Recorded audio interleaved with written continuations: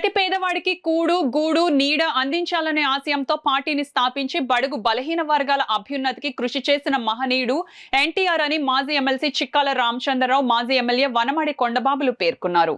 Telugu Desam party 42వ ఆవిర్భావ దినోత్సవ సందర్భంగా వనమాడి కొండబాబు ఆధ్వర్యంలో తెలుగుదేశం పార్టీ కార్యాలయం నందు మాజీ శాసనసభ్యులు చిక్కాల రామచంద్రరావుతో కలిసి తెలుగుదేశం పార్టీ జెండా పతాకావిష్కరణ చేసి అనంతరం అన్న నందమూరి తారక రామారావు విగ్రహానికి పూలమాలలు వేసి ఘనంగా నివాళులర్పించి స్వీట్లు పంపిణీ చేశారు. ఈ సందర్భంగా వనమాడి మరియు చిక్కాల మాట్లాడుతూ తెలుగు ప్రజల ఆత్మగౌరవం ఆనాడు 1982లో మార్చి 28వ తేదీన తెలుగుదేశం పార్టీని ప్రకటించి రాజకీయాలు అంటే అధికారం అనుభవించడమే కాదని ప్రజలకు సేవ చేయడం అంటూ ప్రజలే దేవుళ్ళు, సమాజమే దేవాలయం అంటూ ప్రజల్లోకి వెళ్లి బడుగు బలహీన వర్గాల ప్రజలు కేవలం ఓటర్లుగా మిగిలిపోకుండా రాజకీయాలను శాసించే స్థాయికి వెళ్లాలి అనే ఆలోచనతో పార్టీలోనూ అటు పాలనలోనూ బడుగు బలహీన వర్గాలకు పదవులు కల్పించి ఆనాటి నుంచి నేటి వరకు తెలుగు ప్రజల ఖ్యాతి, అభ్యున్నతి లక్ష్యంగా తెలుగు ప్రజల సేవలో నిమగ్నమై ఉన్న పార్టీ తెలుగుదేశం పార్టీ అని పేర్కొన్నారు.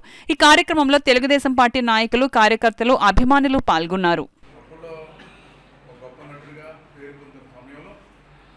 ప్రజల్లో జరుగుతున్న విషయాలను గమనించి ఆ రోజు ప్రజల కోరిక మేరకు ఇక్కడ సరైన నాయకత్వం కావాలి, ఈ రాష్ట్రంలో మంచి పరిపాలన అందించే నాయకుడు కావాలని కోరుకున్న సమయంలో అప్పుడు ప్రజల కోరిక మేరకు ఇదే రోజున పార్టీ పెట్టారు. ఇప్పుడు 42 సంవత్సరాలు అయిందని కూడా సందర్భంగా తెలియజేస్తున్నాను.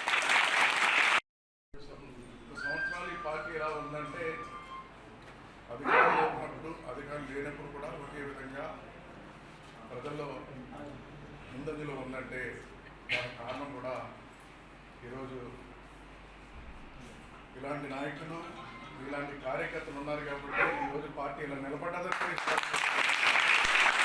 రాబోయే భవిష్యత్తులో రేపు మన ప్రభుత్వం వస్తుంది, మన అధికారంలోకి వస్తున్నాం.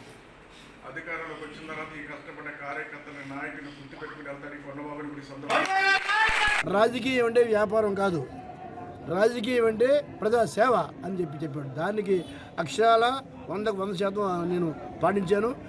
అదే రకంగా మరి పార్టీ సిద్ధాంతాల ఆశయాలు అందరూ కూడా పాటించారు. ఆ రకంగా ముందుకు వెళ్ళినటువంటి పార్టీ తెలుగుదేశం పార్టీ. ఇంకో మాట చెప్పాడైనా, దేవుడు ఎవరయ్యా అంటే ప్రజలే దేవుళ్ళు, ప్రజలకు నమస్కారం పెట్టాలి. ముందు మనం ప్రజలే దేవుళ్ళు, సమాజమే దేవాలయం అనే మాట చెప్పింది ఎవరైనా ఎన్టీ రామారావు గారు. ఇటువంటి మహానీయుడు, మహానుభావుడు అయినటువంటి ఎన్టీ రామారావు గారు, అటువంటి మహానీయుడు, నా మహానుభావుడు మనం ఎప్పుడు కూడా మర్చిపోకూడదు. ఆ పార్టీకి సిద్ధాంతాల ఆశయాలు ఎప్పుడు కూడా ముందుకు వెళ్తుందని చెప్పి తెలియజేసుకుంటూ, ఆ తర్వాత చంద్రబాబు నాయుడు గారి విజన్తో వచ్చి ముందుకి ఈ రాష్ట్రాన్ని ముందుకు తీసుకెళ్లిన భావాలతో పనిచేస్తున్న వ్యక్తి. ఒక్కొక్కసారి ఓటములు ఉంటున్నాయి, ఒక్కొక్కసారి విజయాలు ఉంటుంటాయి, ఓటములు ఉంటుంటాయి. దానికోసం మనం ఇబ్బంది పడకూడదు. కానీ సిద్ధాంతాలు, ఆశయాలు ఎప్పుడు కూడా పోకూడదు. ఎప్పుడు కూడా విజన్ ప్రకారంగా చంద్రబాబు నాయుడు పనిచేశాడు, పేద వర్గాలకి పనిచేశాడు. అదే రకంగా డెవలప్మెంట్, గ్రామాభివృద్ధి, అలా అన్ని గ్రామాలు సిమెంటుడు అయినట్టు కారణం ఎవరండి? చంద్రబాబు నాయుడు గారు. ఎన్టీ రామారావు గారు పేద వర్గాలకి నాయకుడి నాంది ఎవరే అంటే ఈ రాష్ట్రంలో ఎన్టీ రామారావు గారు.